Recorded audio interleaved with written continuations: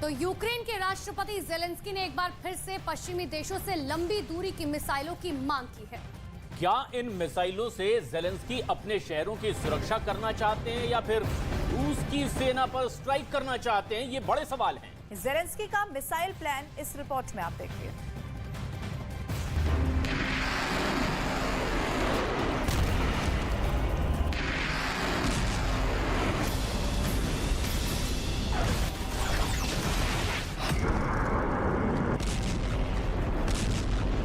Ukraine को उम्मीद नहीं थी कि दूसरे देशों से हथियार मांगकर वो जंग के मैदान में रूस के सामने 1 साल तक टिक पाएगा।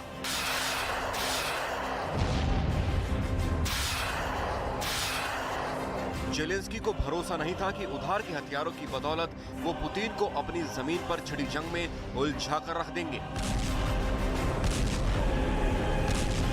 और यूक्रेन अगर आपका क्रेडिट स्कोर कम है तो बैंक लोन छोड़िए, शादी के लिए लड़की भी नहीं मिलेगी। क्रेडिट स्कोर इंप्रूव करना है तो फ्रीडम ऐप को अभी डाउनलोड करो।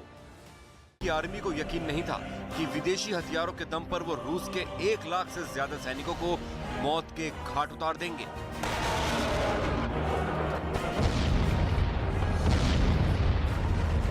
रूस यूक्रेन की जंग में अब तक सब कुछ अप्रत्याशित हो रहा है। डिफेंस एक्सपर्ट्स की सारी थ्योरी, सारा अनुमान गलत साबित हो गया और सही साबित हो रहा है तो ज़ेलेंस्की का हौसला, ज़ेलेंस्की के जवानों की बहादुरी और यूक्रेन के लोगों की हिम्मत।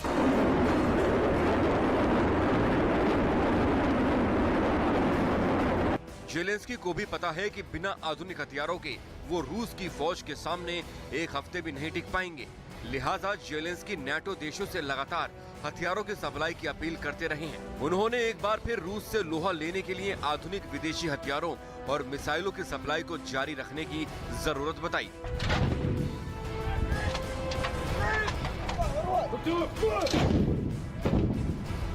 На жаль, є повсякденністю наших територій, до яких російська армія дістає ось такими ракетами. Донбас, Харківщина, південь держави.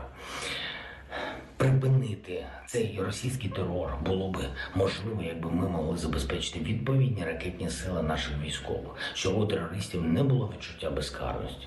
Україні потрібні далекобійні ракети, зокрема для того, щоб прибрати цю можливість окупанта ставити десь далеко від лінії фронту свої ракетні установки і знищувати ними українські міста. Звернувся з листом до президентів провідних міжнародних спортивних федерацій. Заклик простий і справедливий – визначитись щодо рішення Міжнародного олімпійського комітету, який, на жаль, хоче відкрити спорт для пропагандистського впливу держави-терориста.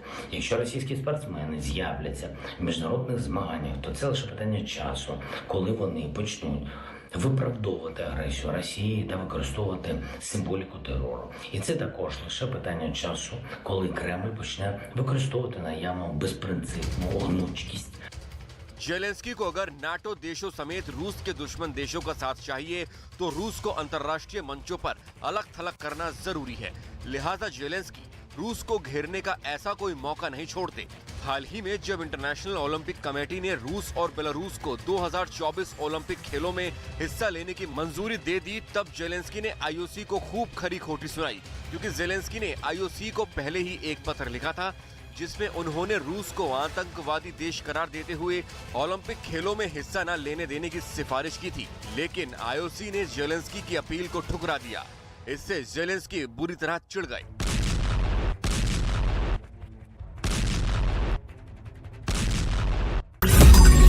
मैंने नहीं देखा इस तरह का चीट, इस तरह का क्रिमिनल माइंड पूरे जेल स्टाफ को ब्राइब कर देगा।